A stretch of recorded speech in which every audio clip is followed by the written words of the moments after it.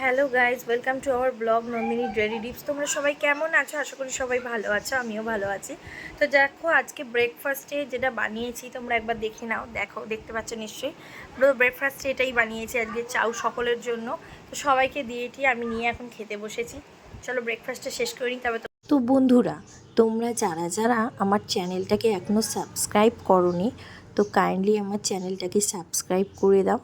আর আমার ভিডিও ভালো লাগলে অবশ্যই কিন্তু লাইক করে দিও, লাইক করতে ভুলো না কিন্তু। তো আমার ডেইলি ব্লগের মধ্যে সাংসারিক জীবনের একটা অংশ, একটা পার্ট বলতে পারো, যা আজকের ভিডিওয় তোমরা দেখতে পাচ্ছ। তো সকাল থেকে উঠে কিন্তু ব্রেকফাস্ট প্রায় হয়ে গেছে। আমি ব্রেকফাস্ট করে সকলকে খাওয়ানোর পর তারপরে কিন্তু নিজে নিয়ে বসেছিলাম।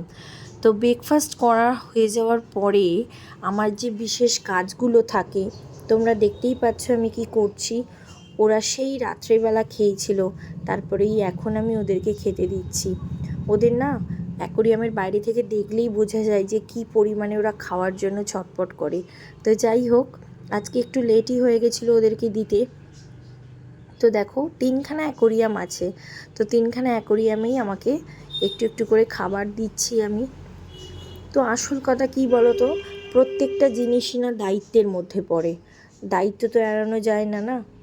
আমি ওদেরকে এনেছি বাড়িতে, ওদেরকে না খাইয়ে রেখে দেবো, এটা তো হতে পারে না, তাই না? তো রোজের না এই একঘেয়েমি রুটিন কাটাতে কাটাতে কাটাতে প্রত্যেকটা মানুষেরই না ভীষণ ক্লান্ত লাগে।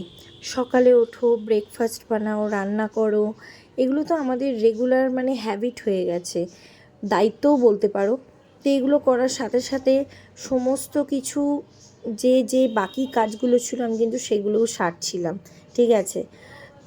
তোমরা দেখে বুঝতেই পারছো বন্ধুরা, কি পরিমাণে ঘরদোরের অবস্থা খারাপ হয়ে রয়েছে। আসলে আমার বাড়িতে ছোট বাচ্চা আছে, তো আমি যত যত পরিমাণে গুছিয়ে রাখি না কেন, সেই ঘেঁটে ঘুঁটে একাকার করে মানে একদম নোংরা করে দেবে সব। মানে তোমার দেখলেও না কীরকম একটা অস্বস্তি বোধ হবে। মানে কত গোছাবো আমি, যতই গোছাই না কেন ততই কিন্তু ওই রকমই করে দেয়।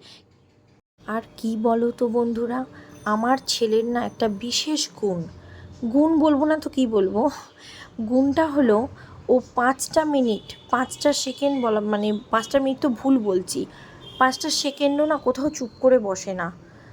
মানে এতটাই তরবর তরবর করে, একবার এটা করছে, একবার ওটা করছে, একবার সেটা করছে, মানে এই রকম চলতেই থাকে চলতেই থাকে সারাটা দিন। মানে স্কুল থেকে আসার পরে মানে আমি না পুরো পাগলের মতো হয়ে যাই মানে।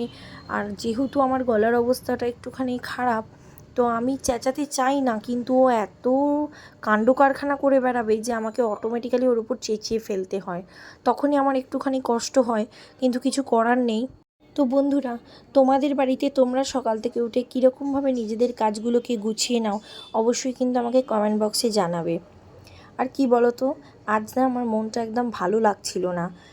কীরকম যেন রেগুলার জীবন কাটাতে কাটাতে না একটা বিরক্তি আসছিলো, শরীরটা খুব একটা ভালো ছিল না। তো সেই কারণে দেখবে, মন ভালো শরীর ভালো না থাকলে কোনো কিছুই না ভালো লাগে না। তাও আমি নিজেকে একটু ব্যস্ত রাখার চেষ্টা করছিলাম, যা যা যাবতীয় কাজ আছে সব টুকটাক টুকটাক করে আস্তে আস্তে সারছিলাম, সব কিছু গোছাচ্ছিলাম। সমস্তটা দেখবে গোছগাছ করা থাকলে না দেখতেও ভালো লাগে, মনটাও ভালো লাগে। তো সব কিছু করার সাথে সাথে ভাবছিলাম যে কিভাবে আমি আমার নিজের মনটাকে একটু ভালো রাখবো। অনেকক্ষণ থেকে চিন্তাভাবনা করছিলাম, ভীষণ বিরক্ত লাগছিল। একটা সংসার থেকে চট করে তো আর কোথাও বেরোবো বললে বেরোনো যায় না, যাওয়াও যায় না। হয়তো ইচ্ছা হলো আমি কোথাও যাব, কিন্তু সেটা পসিবল হয়ে ওঠে না সব সময়। তবে সত্যি কথা বলতে কি জানো তো, যখন ছোট ছিলাম না, স্কুলে পড়তাম বা কলেজ লাইফ বলতে পারো, মানে ছোটোবেলার কথাই বলি, যখন একটু বড় হয়েছি মানে টিন এজ যখন কাটাচ্ছি, তখন কিন্তু এত মানে গোছগাছ করে রাখতাম না, তখন কিন্তু আমার মায়ের বকা খেতাম। মানে সত্যি কথা বলতে কি, এই স্কুল থেকে এসে বা পড়ে এসে জামা কাপড় খুলে এদিকে ওদিকে রেখে দেওয়া, একদমই কিন্তু এই রকম টাইপের ছিলাম না যেটা তোমরা এখন দেখছো। এটা তো এখন এরকম হয়েছি বা বলছি গোছগাছ করে রাখলে ভালো হয়, সব কিছুটা মানে পারফেক্ট থাকলে দেখতে সুন্দর লাগে। তখন তো অতটা ম্যাচিউরিটি আমাদের মধ্যে কারোরই থাকে না, আমারও ছিল না। তো তখন কিন্তু একদম সব উল্টো হতো, যা যা এখন দেখছো সবটা উল্টো হতো। আর সত্যি কথা বলতে কি, বাবার বাড়িতে সবাই রানী হয়ে থাকে, তাই না?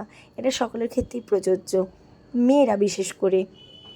তো সেখানে অতটা মানে এইভাবে কাজ অনেকেই করে, আবার অনেকেই করে না, আবার অনেকের বাবা মা করতেও দেয় না। তো এরকম একটা ব্যাপার চলে, তোমরা নিশ্চয়ই জানো, তোমাদের ক্ষেত্রেও নিশ্চয়ই এরকমটাই হয়েছে। এর কি করব বলো তো, কলেতে না আমি জল ভরে নিচ্ছি বেশি করে। দেখো কেন বলো তো জলটা ভরে নিলাম, ওই যে দেখতে পাচ্ছ দূরে আমার সেই ইনডোর গাছগুলো রাখা রয়েছে, তো সেইগুলোকে যখন গাছ আমরা কিনেছিলাম তখন সেই মালি বলেছিল যে রোজ এগুলোকে ভালো করে ওয়াটার স্প্রে করবে। তো আমি সেই ওয়াটার স্প্রে করছি ভালো করে গাছগুলোকে রোজই। এখন যেহেতু বর্ষাকাল, রোজ না করলেও 1-2 দিন ছাড়া ছাড়া ভালো করে জল স্প্রে করে দিই। এমনিও গাছের পাতার উপরে অনেকটা পরিমাণে ধুলো পড়ে, তো ওয়াটার স্প্রে করার পর না গাছগুলো একটু বেশ ঝলমলে হয়ে যায়, চকচকে হয়ে যায়। তো সেগুলোকেই করছি।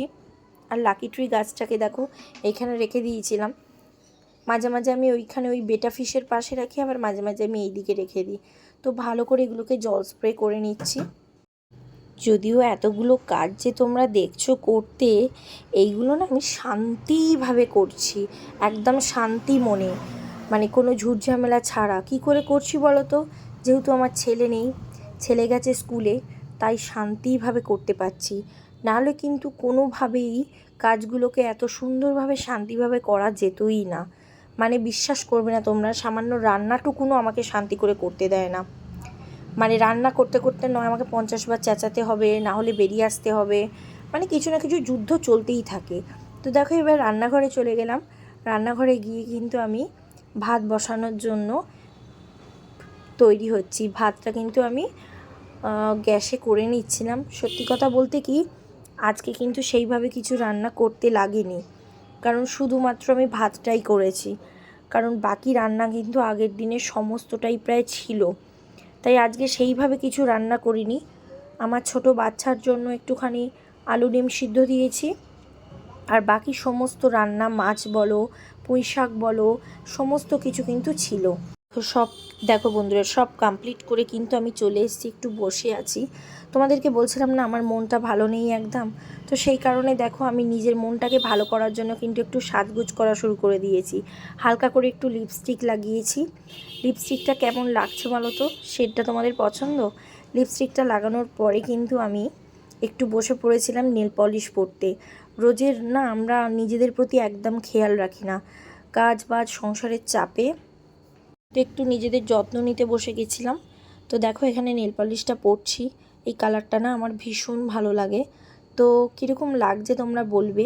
আগে আমি নেল পলিশটা ভালো করে তুলে দিচ্ছি, রিমুভ করে নিচ্ছি, পরিষ্কার করে নিয়েছি। দেখো এবার আমি নেল পলিশটা পরবো, পরে অবশ্যই তোমাদেরকে দেখাবো। তো তোমরাও কিন্তু নিজেদের মন ভালো রাখার জন্য হালকা করে কাজের ফাঁকে কিন্তু একটু সাজগোজ করেই নিতে পারো, ঠিক আছে? সাইকোলজিক্যালি কি না, মেয়েরা যদি সাজগোজ করে তাহলে কিন্তু মেয়েদের মন ভালো থাকে। তো আজকের ব্লগটা এখানেই শেষ করলাম, পরের ভিডিওয়ে দেখা হচ্ছে, টাটা।